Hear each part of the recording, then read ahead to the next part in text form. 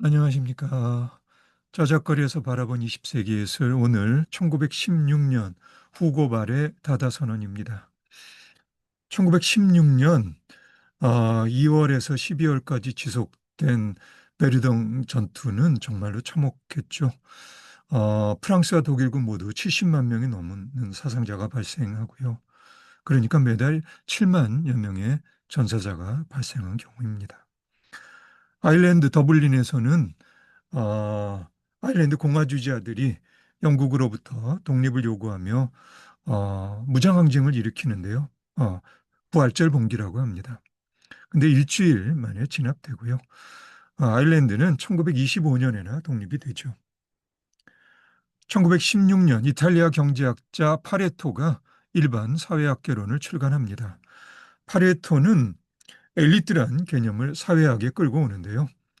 2대 8의 법칙이라고 하는 파레토의 법칙으로도 잘 알려져 있습니다. 2대 8의 법칙이라고 하면 어느 나라의 인구의 20%가 전체 부의 80%를 가지고 있다는 그런 법칙이죠. 예. 자, 1916년 전쟁을 피해 예술가들이 스위스 취리히에 위치한 카바레 볼테리에 모입니다. 전쟁에 의해 촉발되어 야만적이고 전제적인 모든 권력과 제도에 분노한 이들에 의해 벌어진 전통 파괴적인 풍자적 예술 행위들도 벌어지고요. 그 중심 인물이었던 독일 시인 후고 발은 다음과 같은 광고를 냅니다. 카바레 볼테르라는 이름 아래 젊은 예술가와 작가들의 집단이 예술적 유희의 중심지를 만들어내고자 합니다라는 그런 아, 광고예요. 후고발은 1916년 7월 14일 짧은 다다 선언문을 발표하는데요. 7월 14일은 프랑스 혁명의 날이기도 하죠. 일반적으로 다다는 그 자체로는 이렇다 할 것 없는 의미 없는 말로 이해되지만 후고발에 따르면 다다는 온 세상의 온갖 단어들의 심장이다. 그러니까 후고발은 다다의 전쟁과 자민족주의의 경계를 넘어서는 이상주의적 의미를 부여합니다. 1918년 다다의 일원이었던 루마니아계 프랑스 작가 트리스당 자라는 온건한 후고발의 선언문보다 훨씬 더 길고 과격한 다다 선언문을 발표합니다. 짜라의 선언문은 후고발의 입장을 극단적인 데까지 몰아붙여요. 예술에 내포된 정신적 차원에 대한 회의는 반예술적 전복성, 즉 모든 예술 언어의 파괴로 귀결되고요. 짜라의 말입니다. 신문을 들어라, 가위를 들어라. 당신의 시에 적합할 만한 분량의 기사를 이 신문에서 골라내라. 그 기사를 오려내라. 그 기사를 형성하는 모든 낱말을 하나씩 조심스레 잘라서 자루 속에 넣고 흔들어서 그 다음에 조각을 하나씩 꺼내서 정성 들여 베껴라. 그럼 시는 당신과 닮을 것이다.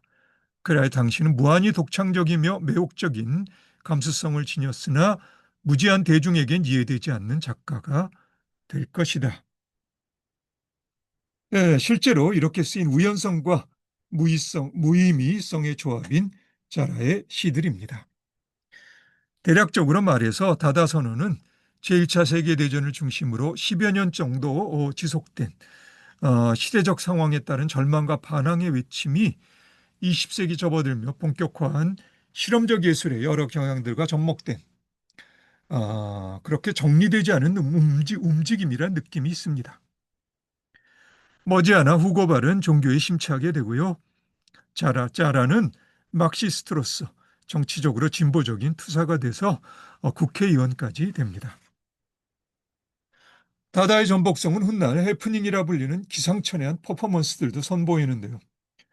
이런 맥락에서 다다의 동반자였던 프랑스의 시인 앙드레 브루똥이 다다의 선구자로 칭송한 엉뚱한 인물 아르티르 크라방이 등장합니다. 본명은 파비앙으로 시작이 되는 그런 스위스 태생의 시인인데 아일랜드 작가 오스카 와일드가 공모부라고 합니다.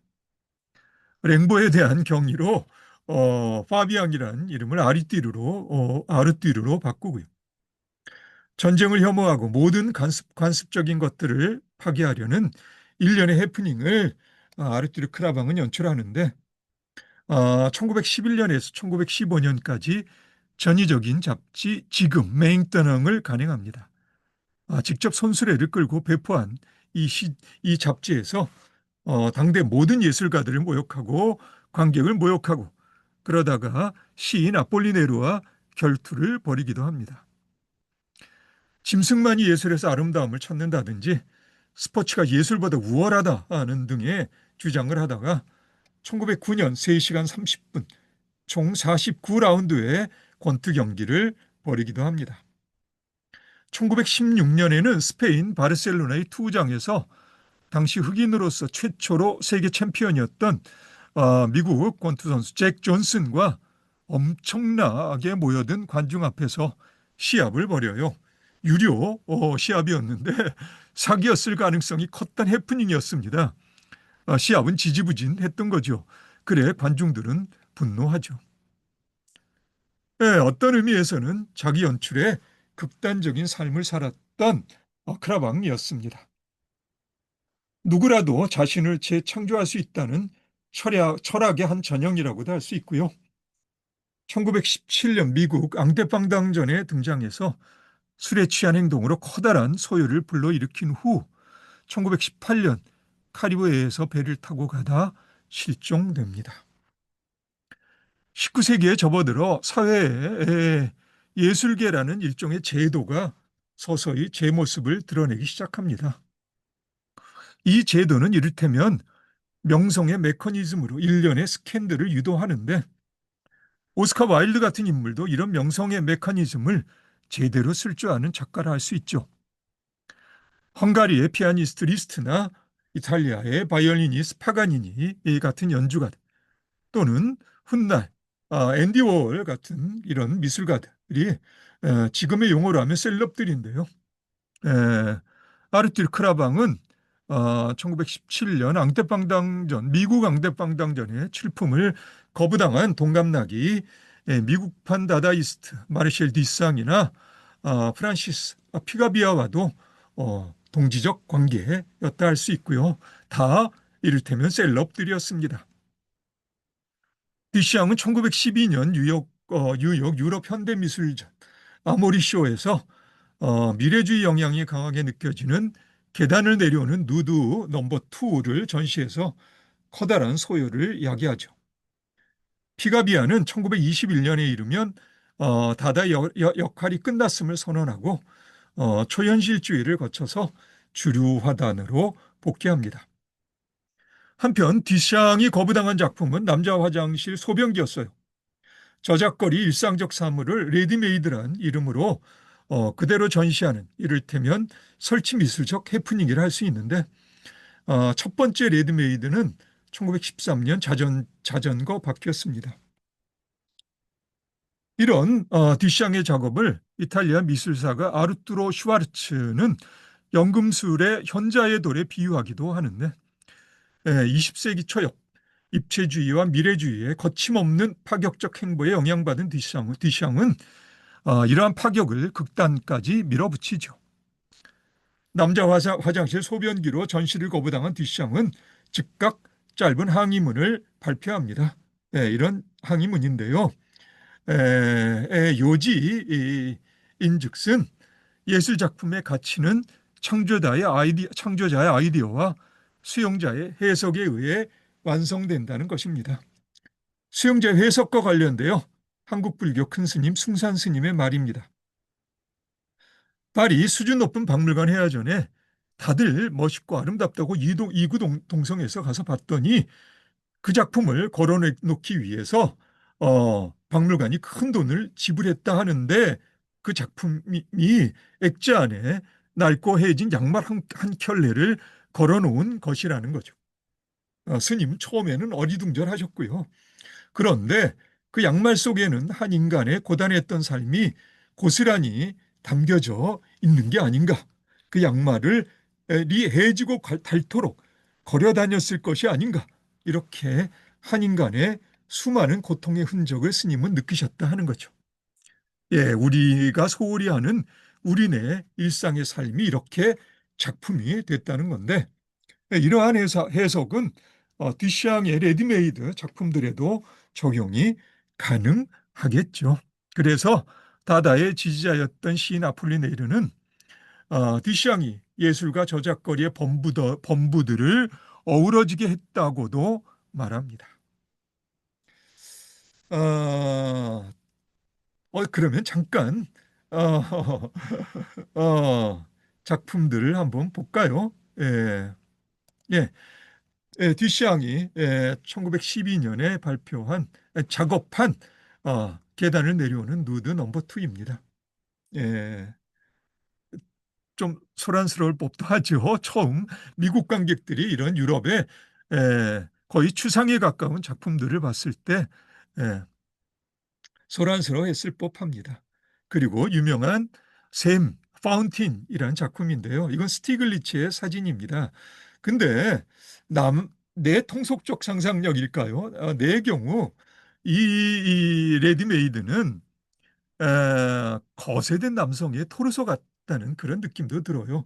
뒷샹의 의도가 아니었을까라는 생각도 들고요. 그리고 그 거세된 부분이 이렇게 윤곽에서 어, 예, 뭐 이렇게 생각해 볼 수 있잖아요. 예. 그리고 피가비아의 낙서 미술입니다. 1921년 작업입니다. 예. 자, 1916년 헝가리 문해학자 루카치는 소설의 이론을 출간합니다. 정신 영역의 상대적 자율성을 인정하면서 마르크스 유물론적 변증법과 문학의 사회적 역할을 적절하게 조화시켜 보려는 시도를 할 수 있고요. 그는 서구 자본주의를 마르크스 후기 저작에서 빌려온 개념 물화로 규정하죠. 예, 루카치는요, 도스토옙스키의 1846년 처녀작 가난한 사람들의 문학적 성과를 정말 높이 평가합니다. 가난이란 불편한 주제에 대해 저작거리에서 소통 가능한 방식인 문학적 접근을 통해 간접적으로 암시되는 체제 전복의 가능성을 루카치는 보는 거죠. 가난한 사람들의 주인공 제부시킨이 그렇게나 과도하게 신경을 쓰는 구멍이 숭숭 뚫린 구두, 그렇게 구멍 뚫린 구두와 루카치는 결부시켜 봅니다.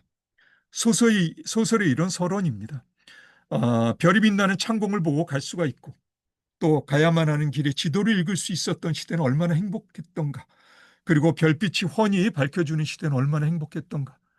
이런 시대에서 모든 것은 새로우면서 친숙하며 또 모험으로 가득 차 있으면서도 결국은 자신의 소유로 되는 것이다. 그리고 세계는 무한히 광대하지만 마치 자기 집에 있는 것처럼 아늑한데, 왜냐하면 영혼 속에서 타오르고 있는 불꽃은 별들이 발하고 있는 빛과 본질적으로 동일하기 때문이다. 예, 아름다운 문장이죠. 초월적 신비주의에는 단호했던 어, 독일 존 하트필드의 포토몽타주에서도 확인할 수 있는 정신적 차원의 울림과 즉 그 작용에 관한 설득력 있는 묘사라 할 수 있습니다. 그러면 존 하트필드의 몽타주를 한번 볼까요? 자, 이건 정말 잘 알려진 풍자적 포토몽타주라고 할 수 있는데요. 근데 1932년 작품입니다. 근데 이 몽따주는 어떤가요? 예, 예, 총검에 비둘기가 지금 이렇게 찔려 있는데요. 제목은 제네바의 의미, 예, 아, 자본이 존재하는 탐욕적인 자본이 존재하는 한 평화는 존속될 수 없다라는. 그리고 여기 이 건물이 어, 국제연맹의 건물입니다. 제네바에 있는. 그리고 여기 나치의 깃발이 걸려 있죠. 예, 정말 효과적인 포토 몽타주라 할 수 있습니다. 그러면 오늘 우리 이렇게 존 하트필드의 포토 몽타주로 1915년 다다의 이야기를 마무리하도록 하겠습니다. 네, 오늘도 수고 많으셨고요. 그럼 우리 다음에 다시 봅시다.